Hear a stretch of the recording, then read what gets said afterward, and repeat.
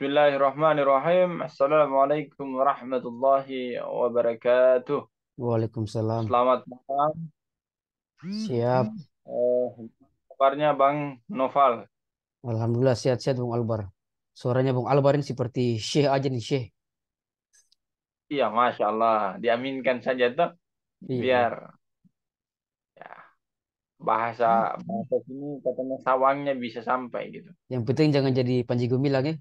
Boleh Syekh tapi Iya, tapi Syekh tapi diikuti jangan, dengan Albar, jangan Syekh Panji Gumilang kedua. Ini bisa polemik itu nanti. bahaya. Itu bisa bahaya tuh. Eh, tapi sebelumnya Abang lagi aktivitas apa? Ini udah di sini udah jam 11. Di sana baru Iya. jam berapa? 9 ya? Baru jam 9 lah. Jam 8 berarti bedanya dua menit 2 jam lebih. Enggak, bedanya dua jam lah. Jakarta Ambon 2 jam bedanya. Nah, karena udah jam 9 sekian, berarti di sana sudah jam 11 sekian sekian, kurang lebih seperti itulah. 11:38. Bang, perkembangan permasalahan Ponpes ya, Ponpes Al Zaitun yang menjadi polemik sekarang ini, apalagi sekarang kalau kita baca di apa di internet, di CNN dan juga di beberapa beberapa media lainnya itu apa ya? Menerangkan persoalan kronologi eh, Pompes pada Al-Zaitun ini, dari mana dia mendapatkan sumber dana. Namun ya sampai saat ini kan dia masih menjadi polemik, dan mungkin pada malam hari ini saya bersama Abang bisa mendiskusikan sedikit persoalan seputar hukum, bagaimana hukum melihat Pompes Az-Zaitun itu sendiri. Terus yang kedua, ada tidak aspek kesesatan yang dilakukan oleh Pondok Az-Zaitun kepada para pengikut, terutama para warga Indonesia dan juga para para pengikutnya. Nah, untuk membedah ini mungkin ada dua pertanyaan. Nah, pertanyaan pertama itu seputar eh, apakah adanya Pompes Az-Zaitun ini membuat tidak ada aspek kesesatan yang Pompes lakukan, Bang? Iya, sebetulnya memang persoalan sentral yang dihadapi oleh Ponpes Al Zaitun yang kemudian hari ini menjadi viral, ramai, menjadi perbincangan publik. Ini memang tidak terlepas pada dua aspek. Yang pertama adalah aspek isu-isu kesesatan yang kemudian diajarkan, yang itu terwakilkan atau terrepresentasi dengan yang apa yang diucapkan ataupun dilakukan oleh pimpinannya kan, Panji Gumilang kan, itu begitu. Nah, tetapi memang peristiwa ini menjadi semakin viral lagi sebetulnya dan seakan tidak usai dalam menghiasi opini publik hari ini dalam berbagai media yang ada. Ini tentu tidak terlepas karena uh, karena kita lihat bahwa proses hukum yang kemudian masih stuck atau proses hukum yang kemudian tidak belum apa belum belum ada titik terang. Nah, inilah yang kemudian menjadi pemicu sehingga persoalan ini kemudian selalu menjadi opini publik, opini liar yang kemudian selalu menghiasi pandangan publik. Tapi ya kalau kita lihat dalam perspektif ini kan ribut-ribut ini kan karena disebabkan karena diskusi tentang masalah kesesatan yang dilakukan oleh Panji Gumilang kan begitu. Nah ini tentu kita harus tapi terlebih dahulu memang harus dipisahkan antara pondok pesantrennya, pondok pesantren Al Zaitunnya dengan Panji Gumilangnya kan begitu harus dipisahkan supaya kita juga melihat persoalan ini dengan arif dengan bijaksana karena memang kita harus akui bahwa tidak semua orang kemudian harus menjadi korban daripada polemik yang terjadi hari ini ya kan makanya kita harus pisahkan yang namanya pesantren Al Zaitun dengan pimpinannya yang bernama Panji Gumilang kan begitu. Nah, kalau misalnya Panji Gumilang misalnya di sana terdapat ajaran pengajaran terhadap ajaran-ajaran sesat, Maka kemudian yang dihukum itu jangan pesantrennya kemudian dibubarkan misalnya kan, atau pesantrennya kemudian dihentikan, ya kan. Yang ada adalah melakukan proses evaluasi terhadap pesantrennya untuk kemudian dilakukan pengajaran, pemulihan pemulihan pengajaran yang seharusnya diajarkan kan begitu. Nah, itu yang harus dilakukan supaya fair dan kemudian tidak ada korban yang kemudian uh, diterima dari persoalan ini. Orang lain yang berbuat tapi orang lain kemudian tersakiti. Nah, kemudian terkhususnya dengan Panji Gumilang.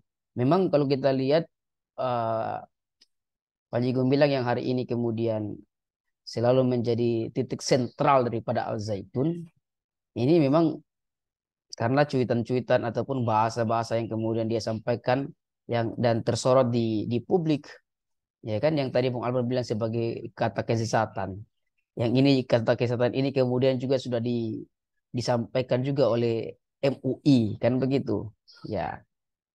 Nah, cuma jadi persoalannya misalnya kalau saya melihat misalnya kan yang disorot-sorot hari ini kan kesesatan dia itu kan ketika kemudian sholat Jumat itu khotibnya bisa perempuan kan begitu. Kemudian saf laki-laki dan saf perempuan itu berdampingan kan begitu.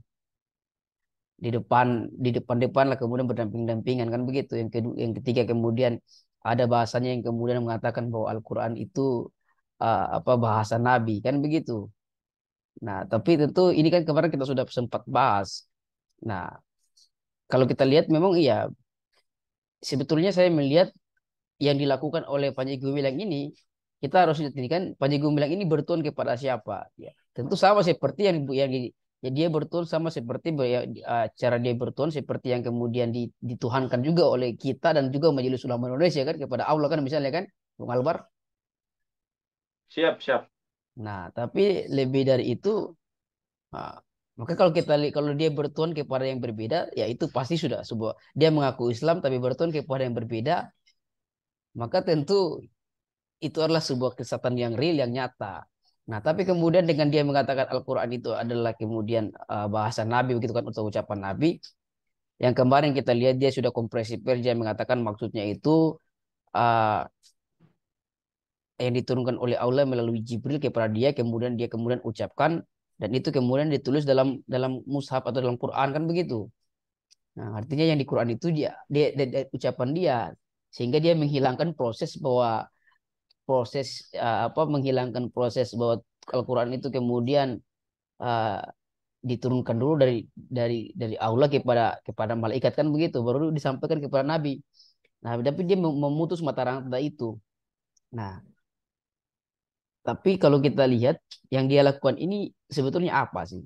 Saya melihat dia ini uh, dia menggunakan cara berpikir dia sebetulnya dalam menafsirkan Al-Quran atau dalam menafsirkan ajaran-ajaran agama. Dalam konteks ini dia melakukan liberalisasi pemaknaan, liberalisasi penafsiran. Nah, ini tentu yang kemudian menghasilkan apa yang terjadi, yaitu dia menyalahi jumhur atau kebanyakan para para pemikir Islam, ya kan? Dia menyalahi tradisi ataupun kebiasaan yang sampai hari ini sudah kita terima bersama, bahwa seperti sholat Jumat itu khotibnya itu ya harus laki-laki, tapi kemudian saf-saf ya kan antara perempuan dan laki-laki, kemudian tentang konteks pewahyuan kan, Al-Quran itu kemudian diturunkan di apa adalah kalamullah kan begitu kan. Nah, tapi kan dia punya penafsiran yang berbeda. Sebetulnya kalau kita lihat ini tidak ada penafsiran yang berbeda, cuma dia mengucapkannya kepada publik apa di dalam potongan-potongan video yang kita lihat yang sangat menyalahi daripada kebenaran mayoritas, ya kan? Sangat menyalahi apa yang sudah menjadi tradisi majority. Nah, itulah yang kemudian menjadikan dia memang menjadi sorotan. Nah, itu kalau saya lihat. Saya lihat pandangan dia ini, apa yang dia lakukan ini karena dia punya pemikiran yang kemudian agak liberal dalam konteks dia memaknai ajaran agama, sehingga ya memang hasilnya seperti gitu. Nah, ini yang kita perlu lihat bahwa sebetulnya dia ini sebenarnya sesat atau bebas dalam memaknai ayat, memaknai ajaran agama, ya kan? Nah, kalau saya melihat dia ini, yang saya baca beberapa part yang kemudian terjadi ini, saya melihat dia ini orangnya uh, bebas dalam memaknai ajaran agama. Dia cara berpikirnya cukup liberal dan memang sehingga kemudian ya menyalahi menyalahi pendapat umum, pendapat suara mayoritas. Nah, sekarang jadi persoalannya kenapa selalu menjadi ribut-ribut persoalan ini? Ya kan? Harusnya kan tidak perlu diributkan. Tapi kenapa selalu menjadi ribut? Karena saya melihat memang ini Indonesia ini kan masalah-masalah yang kayak gini kan hanya dapat disudahi apabila misalnya uh, proses hukum telah dilakukan. Nah, ini kan makanya saya lihat bahwa tidak selesainya persoalan ini dikarenakan karena memang proses hukum yang kemudian sampai hari ini kemudian seakan-akan belum memperlihatkan eksistensinya. Kira-kira begitu Bung Albar sebagai pengantar. Baik, Bang. Untuk pengantarnya ini sangat luar biasa. Nanti punya kameranya. Oke. Baik, ini Bang untuk Bapak sebagai produk singkat yang tadi disampaikan oleh Abang terkait dengan isu yang sangat krusial yang hari ini sudah masuk kepada sumsum tulang seluruh warga masyarakat Indonesia ini, dan salah satu ya itu sangat membuat keresahan bagi kehidupan bangsa dan terutama untuk seluruh warga masyarakat yang memang sudah langsung mengenal dunia maya, dunia dunia internet lah begitu. Nah, seperti yang tadi dijelaskan oleh Abang itu bahwa yang masyarakat tunggu saat ini adalah eh, proses, satu proses yang nantinya dinanti-nanti, yaitu apa? Untuk bisa untuk bisa apa? Mendapatkan hasil yang maksimal. Hasil Ya. yang maksimal ini beta artikan bahwasannya ada proses penegakan hukum yang aparat penegakan hukum untuk melihat atau meninjau permasalahan ini seperti apa gitu. Ini yang saat ini yang ditunggu-tunggu oleh seluruh warga masyarakat Indonesia ini ya. Namun di sisi lain saya meminta pandangannya Bang terkait dengan konstruksi hukum untuk bagaimana melihat Pompes ini dalam kutip bahwasannya Panji Gumilang, apakah ini merupakan salah satu perbuatan yang sangat merendahkan nilai-nilai agama, dan apakah ini merupakan bagian daripada eh, salah satu, apakah ini merupakan bagian daripada bahasanya itu eh, apa ya bahasanya penistaan, itu merupakan bagian daripada penistaan atau agama atau tidak ya. Kita minta pandangan hukumnya Bang.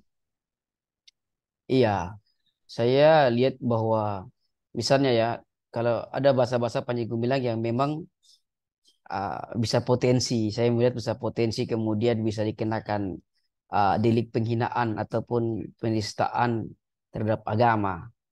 Bisa kita lihat bisa dikenakan misalnya dalam undang-undang umum ya, dalam KUHP 156A maupun dalam undang-undang IT.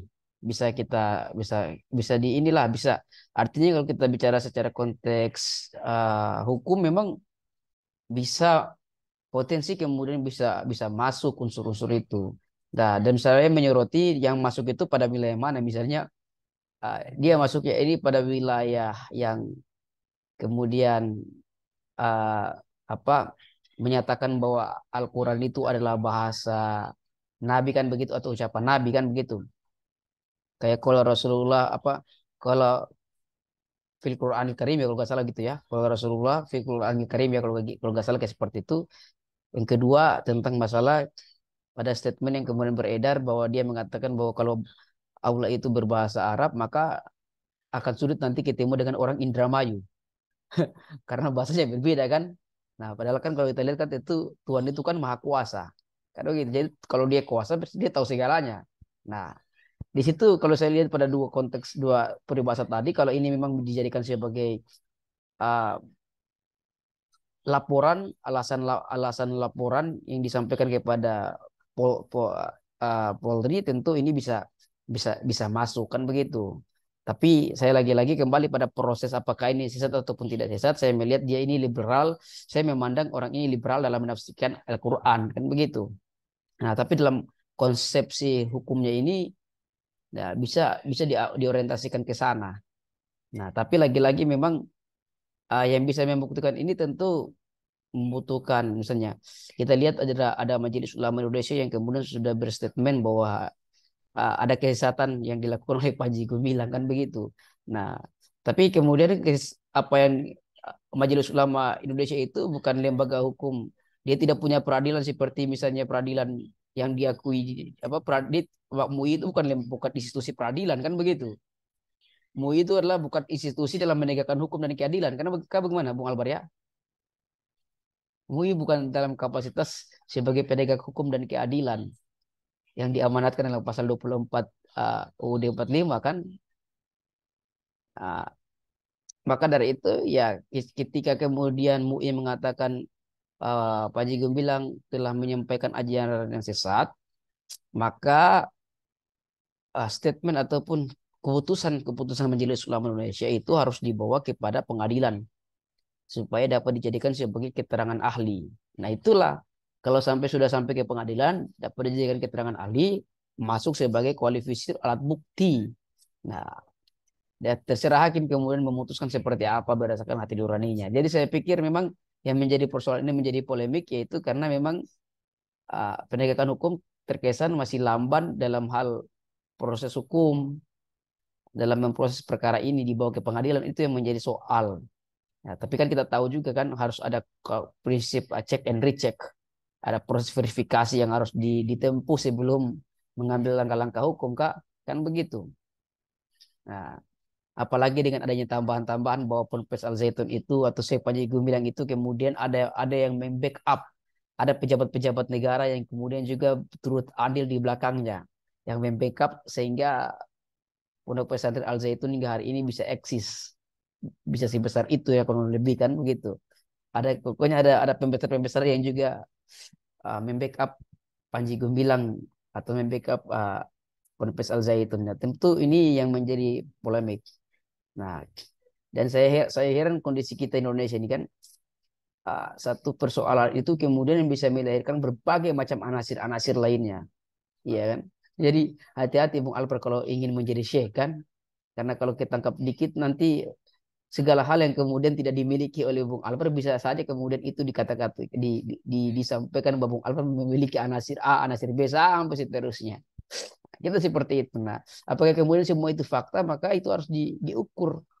Diukurnya di mana ya? Kemudian kalau diukurnya melalui mekanisme apa namanya mekanisme publik yang kemudian berbicara ya tentu akan melahirkan anasir baru karena publik bicara kan tidak terkontrol. Pokoknya apa yang kemudian dia lihat, dia pikirkan, dia ucapkan kan begitu. Nah, kami Suaranya kecil, Bang. Suaranya kecil sekali. oke. Jadi saya uh, gini udah ya. Belum, belum. Oh.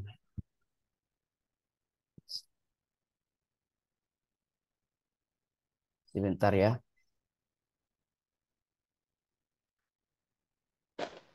Gini, Belum, belum.